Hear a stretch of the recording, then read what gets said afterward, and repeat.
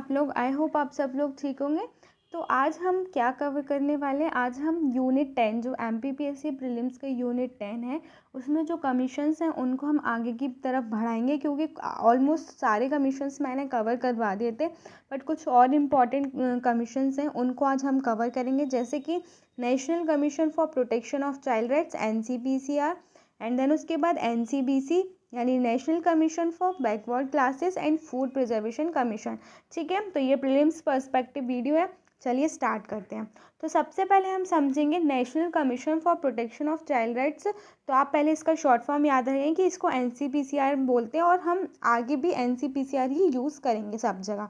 ठीक है, तो क्या है कि ये कौन सी बॉडी है, किसके द्वारा अपॉइंट किया जाता है, क्या टेन्योर रहता है, किसके द्वारा रिमूवल किया जाता है, क्या फंक्शंस है, तो हम ये सब इस आज की वीडियो में समझेंगे, और यही इस तरह के क्वेश्चंस आपको प्रीलिम्स में मिल सकते हैं। ठीक है, तो चलिए स्टार्ट करते हैं।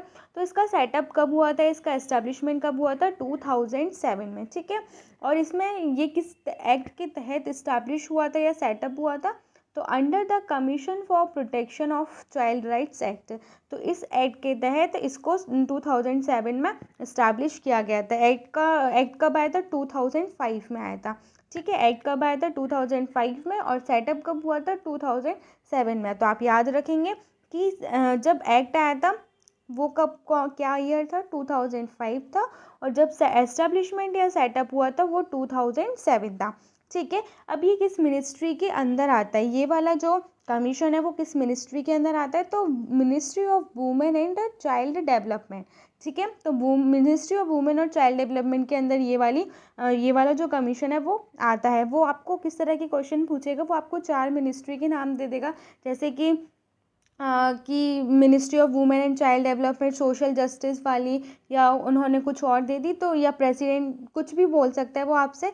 तो आपको क्या याद रखना है कि वुमेन एंड चाइल्ड डेवलपमेंट की मिनिस्ट्री के अंदर ये आता है। ठीक है, डेफिनेशन क्या है अब चाइल्ड की? हमें ये पता होना चाहिए कि उसमें उन्होंने चाइल्ड बोला है, तो चाइल्ड की कैटेगरी कहाँ से कहाँ तक के बच्चों को उन्होंने रखा है। ठीक है, तो जो भी बच्चे 0 से 18 साल के बच्चे हैं उनको इस कैटेगरी के अंदर उन्होंने रखा है। तो कितना है? 0 से 18। आपको कंफ्यूजन करने के लिए वो आपको 6 से 18 भी दे सकते हैं, 0 से 14 भी दे सकते हैं, कुछ भी दे सकते हैं। तो आपको क्या रखना है कि 0 से 18 साल के जो बच्चे हैं वो इस कैटेगरी के अंदर आते हैं। अब कमीशन का काम होता है कि जो भी इससे चाइल्ड राइट से रिलेटेड जो भी पॉलिसीज़ बन रही हैं, जो भी लॉज बन रहे हैं, उनको देखना है। अब जैसे चाइल्ड राइट्स कौन कौन से हैं, जैसे कि आपने देखा होगा कि फ्री एंड कंपलसरी एजुकेशन का एक आर्टिकल ऐड किया गया था, तो एक वो वाला आर्टिकल, और ऐसे भी बोल सकते हैं कि जो आर्टिकल क्या बोलते हैं कि मतलब कंपलसरी फोर्स लेबर ना करवाया जाए, फोर्स एम्प्लॉयमेंट उनसे ना करवाया जाए,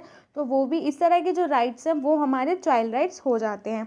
ठीक है, तो यही बोल रहा है कि जो भी चाइल्ड राइट्स से रिलेटेड जो भी मैकेनिज्म है, लॉज, पॉलिसीज़, प्रोग्राम चल रहे हैं, उनको देखना, उनको इंश्योर करना कि वो अच्छे से रेगुलेट हो भी रहे हैं या नहीं हो रहे हैं।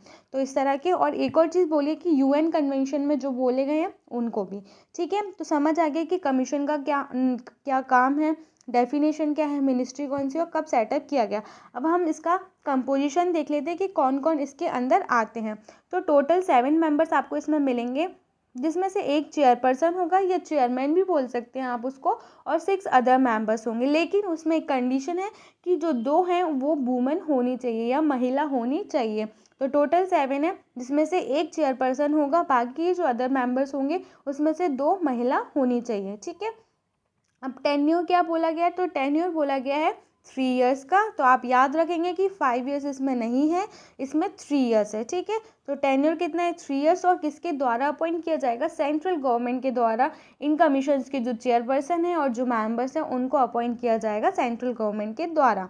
ठीक है, मैक्सिमम एज क्या बताई गई है? जो चेयरमैन है या चेयरपर्सन है उसके लिए 65 इयर्स रखिए, बाकी जो मेंबर्स होंगे उनके लिए 60 इयर्स इसको रखा हुआ है। ठीक है, तो ये सिंपल है। टोटल मेंबर 7 है, टेन्योर 3 इयर्स है, मैक्सिमम एज चेयरपर्सन के लिए, चेयरमैन के लिए 65 इयर्स है, और मेंबर्स के लिए 60 इयर्स है।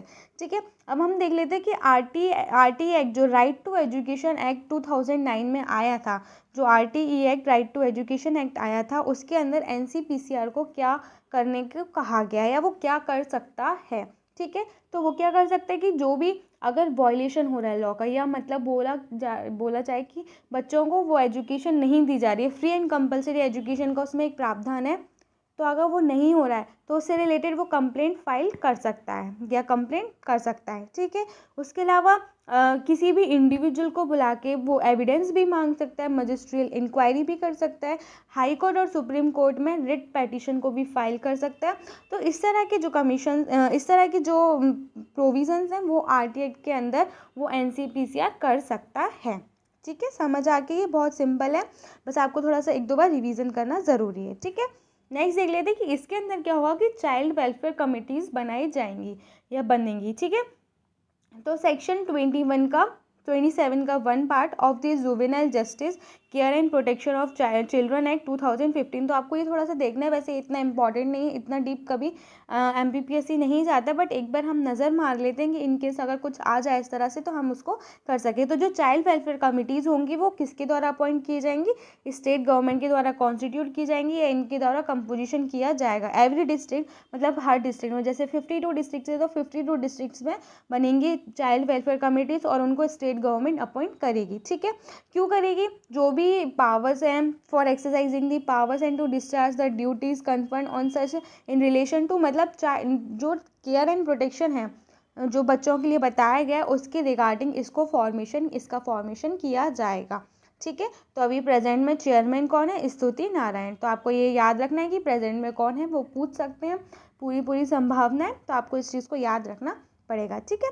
आगे हम देख लेते हैं national Commission for Backward classes. तो ये अभी रिसेंट का कुछ अभी 1-2 साल का ही है, तो आपको इसको अच्छे से और याद रखना है, क्योंकि इस तरह के जो 1-2 साल के करंट अफेयर्स होते हैं उससे करंट अफेयर्स आने की संभावना ज़्यादा रहती है, ठीक है। तो national Commission for Backward classes NCBC, ये कौन सी बॉडी है? तो ये एक कॉन्स्टिट्यूशनल बॉडी है, क्योंकि अभी 2018 में इसको अमेंड करके आर्टिकल बनाया गया था। कौन सा? 102 जो कॉन्स्टिट्यूशनल अमेंडमेंट एक्ट है उसके तहत इसको कॉन्स्टिट्यूशनल बॉडी का दर्जा दिया गया। कॉन्स्टिट्यूशनल बॉडी और स्टैट्यूटरी बॉडी। स्टैट्यूटरी बॉडी जो फर्स्ट वाला था हमने पढ़ा था, जो चाइल्ड राइट्स वाला, वो एक स्टैट्यूटरी बॉडी और ये एक कॉन्स्टिट्यूशनल बॉडी है। इसका काम क्या होगा कि जो भी सोशली और एजुकेशनली बैकवर्ड क्लासेस हैं उनके रिगार्डिंग कंप्लेंट्स एग्जामिन करना और वेलफेयर मेजर्स को इंश्योर करना। तो ये किसका काम होता है?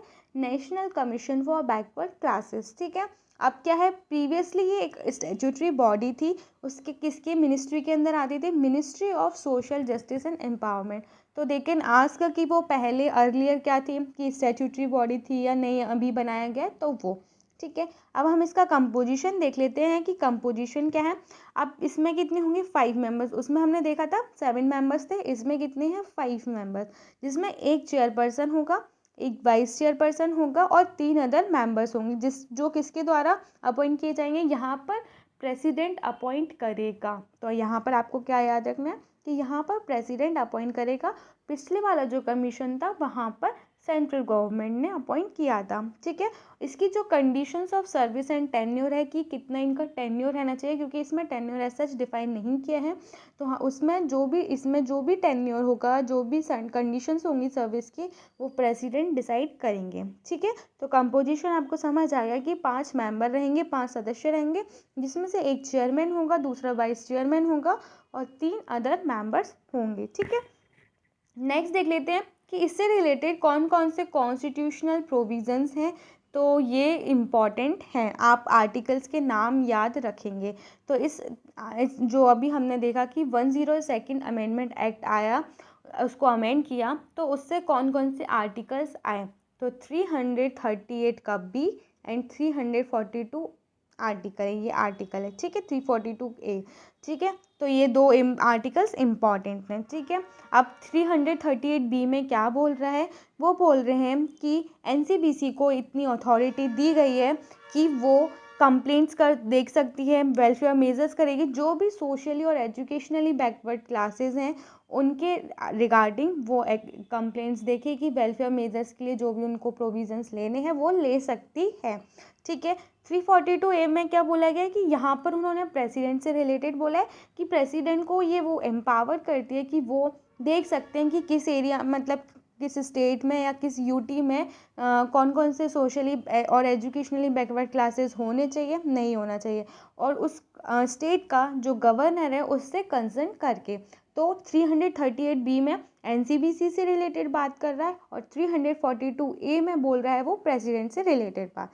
ठीक है, तो आपको ये दोनों आर्टिकल को बहुत अच्छे से याद करना है क्योंकि ये दोनों आर्टिकल्स इंसर्ट किए गए थे इस कॉन्स्टिट्यूशनल प्रोविजंस के अंडर। ठीक है, उसके अलावा 340 ओनली। ठीक है, तो आर्टिकल 340 में क्या बोला गया है कि deals with the need to inter alia identity those, मतलब वो यही बोल रहा है कि जो भी सोशली और एजुकेशनली बैकवर्ड क्लासेस हैं उनको आइडेंटिफाई करना, उनकी जो कंडीशंस हैं उन अगर वो ज़्यादा फेस कर रहे हैं तो उनसे रिलेटेड सॉल्यूशंस करना या उनसे रिलेटेड रिकमेंडेशंस करना कि वो आगे ऐसा फेस ना करें। ठीक है, तो आपको समझ आ गया होगा कि कॉन्स्टिट्यूशनल प्रोविजंस आपको ये दोनों तो बहुत अच्छे से याद करने हैं, 338B एंड 342A। ठीक है, अगर किसी को भी क्विज़ चाहिए, डेली की क्विज़ मेरे टेलीग्राम चैनल पर मिल जाती हैं, अपलोड होती हैं डेली। अगर आप लोग चाहते हैं कि आपको डेली क्विज़ करनी है अटैम्प्ट, कभी कभी वीडियो से रिलेटेड भी आ जाती हैं, कभी कभी एमपी से रिलेटेड, कभी इंडिया वाइज आती है, तो इस तरह के कभी मतलब 9-10 क्वेश्चन आपको डेली मिलेंगे। तो अगर आपको चाहते हैं तो आप इस लिंक पर जाके टेलीग्राम चैनल को ज्वाइन कर सकते हैं और यहाँ पर सारी PDF भी अपलोड हो जाती हैं। ठीक है, नेक्स्ट देख लेते हैं कि पावर्स एंड फंक्शंस क्या हैं। तो पावर्स एंड फंक्शंस मतलब सिविल कोड की पावर इनको दी जाती है। बेसिकली आपको यही याद रखना है कि सिविल कोड की पावर इनके पास है, मतलब क्रिमिनल कोड इनके अंडर नहीं है। क्रिमिनल कोड को छोड़ के बाकी जो सब होता है वो सिविल कोड के अंदर आ जाएगा और इनके पास वो सारी पावर्स और फंक्शन होती हैं। ठीक है, आगे हम देख लेते हैं कि बैकग्राउंड, अगर आप चाहें तो इसको लीव कर सकते हैं, अदरवाइज मैंने आपको बता ही दिया था कि आगे क्या कि स्टैट्यूटरी बॉडी थी और किस मिनिस्ट्री के अंदर आती थी। बस आप एक बार ये देख लीजिए कि कौन कौन से कमीशंस इससे रिलेटेड हैं। तो काका, केलकर और बीबी मंडल जो कमीशंस हैं वो इसी से रिलेटेड हैं, socially and educationally backward classes. ठीक है, उसके अलावा एक केस और याद रखेंगे, इंदिरा साहनी केस ऑफ 1992। अगर आप मेंस पढ़ेंगे तो वहाँ पर आपको इस केस को एनालाइज करना पड़ेगा कि इसमें क्या क्या था, क्या नहीं था, इसके क्या रिकमेंडेशंस वगैरह थे या क्यों केस किया गया था, वो सब। ठीक है, उसके अलावा हम प्रेजेंट चेयरमैन देख लेते हैं। तो अभी प्रेजेंट चेयरमैन कौन है? वी ऐश्वर्या। ठीक है, तो अभी प्रेजेंट में कौन चेयरमैन है वो और देख लीजिएगा आप। ठीक है, अब हम देख रहे हैं फूड प्रिजर्वेशन कमीशन। ठीक है, तो फूड प्रिजर्वेशन कमीशन ये स्टेट वाइज बनते हैं। तो अपने एमपी में तो एमपी स्टेट फूड कमीशन बनेगा, जो किस एक्ट के तहत किया गया था establish? National food security act 2013 के अंडर इसको इस्टेब्लिश किया गया था। ये एक स्टैट्यूटरी बॉडी है। इसका इस्टेब्लिशमेंट डेट याद रखेंगे आप, 21 जुलाई 2017। ठीक है, और सेक्शन 16 ऑफ द FSA मतलब फूड सिक्योरिटी एक्ट के अंदर इसको सेक्शन 16 के अंदर इस्टेब्लिशमेंट किया गया था। इसका स्टैट्यूटरी बॉडी है, इसका हेडक्वार्टर सतपुरा भवन भोपाल में। ठीक है, प्रेजेंट फर्स्ट चेयरमैन कौन थे? फर्स्ट और प्रेजेंट एक ही हैं, तो राजकिशोर सावई। उसके अलावा वैट इसका काम क्या रहेगा कि जो NFSA के अंदर जो भी प्रोविजंस हैं कि 5 kg इतना राइस देना चाहिए या जो भी वीट और इनसे रिलेटेड जो भी प्रोविजंस हैं तो उनको अच्छे से इम्प्लीमेंट करवाना, ये किसका काम है? MP स्टेट फूड कमीशन का काम है। ठीक है, स्ट्रक्चर क्या रहेगा? 1 चेयरमैन 5 मेंबर्स और 1 सेक्रेटरी। ठीक है, जिसमें क्या है कि जो 5 मेंबर हैं, जो 5 सदस्य हैं, उनमें से क्या बोला गया है कि एक SC होना चाहिए, एक ST होना चाहिए मतलब शेड्यूल कास्ट शेड्यूल ट्राइब का, और उसमें से 2 वुमेन भी होना चाहिए। तो ये इस तरह का इसका कंपोजिशन है कि एक चेयरमैन है, 5 सदस्य और एक सेक्रेटरी है। उसके अलावा जिसमें से 5 जो सदस्य होंगे उसमें से एक SC का होना चाहिए, एक ST का और एक 2 वुमेन होनी चाहिए। ठीक है, उसके अलावा एलिजिबिलिटी वगैरह क्या है कि वो has been a member of All India Service मतलब ऑल इंडिया सर्विस का सदस्य होना चाहिए, या स्टेट का भी हो सकता है, या उसको इस फील्ड में काफ़ी नॉलेज होनी चाहिए। जो फूड सिक्योरिटी पॉलिसी है उसमें उसको काफ़ी नॉलेज होनी चाहिए। तो इस तरह की जो कंडीशंस रहेंगी वो एलिजिबिलिटी के लिए रहेंगी। टेन्योर क्या रहेगा? 5 से 65 विच एवर इज़ अर्लियर, मतलब 5 साल पहले हो जाते हैं तो वो, या 65 एज हो जाती है तो वो, इस तरह की कंडीशंस है। तो टेन्योर है और रीअपॉइंटमेंट भी हो सकता है, एक के बाद, अगर एक बार उसका हो गया तो वो दूसरी बार भी अपॉइंट हो सकता है। जो सैलरी और सर्विस कंडीशंस होंगी वो स्टेट गवर्नमेंट, क्योंकि हमने आगे देखा कि ये वाला जो कमीशन है वो स्टेट के अंदर बन रहे हैं, तो स्टेट गवर्नमेंट ही डिसाइड करेगी कि सैलरी और सर्विस कंडीशंस क्या होनी चाहिए। और रिमूवल अगर स्टेट गवर्नमेंट अपॉइंट कर रही है तो स्टेट गवर्नमेंट ही उसको रिमूव करेगी। Powers of a civil court की उस पर पावर रहेंगी। और क्या बोल रहे हैं कि 2 से अधिक स्टेट एक जॉइंट फूड कमीशन का एस्टैब्लिशमेंट कर सकते हैं। तो ये आपको समझ आ गया होगा कि क्या एलिजिबिलिटी है, क्या टेन्योर है, क्या पावर्स हैं, अभी प्रेजेंट में कौन है, ये सब हमने देख लिया है। आई थिंक मेरी वीडियोस आप लोगों को अच्छी लग रही होंगी, अगर लग रही है तो प्लीज़ ज़्यादा से ज़्यादा शेयर कीजिए, सब्सक्राइब कीजिए एंड कमेंट सेक्शन में ज़रूर लिखिए कि आपको मेरी वीडियोस कैसी लग रही है। Thank you.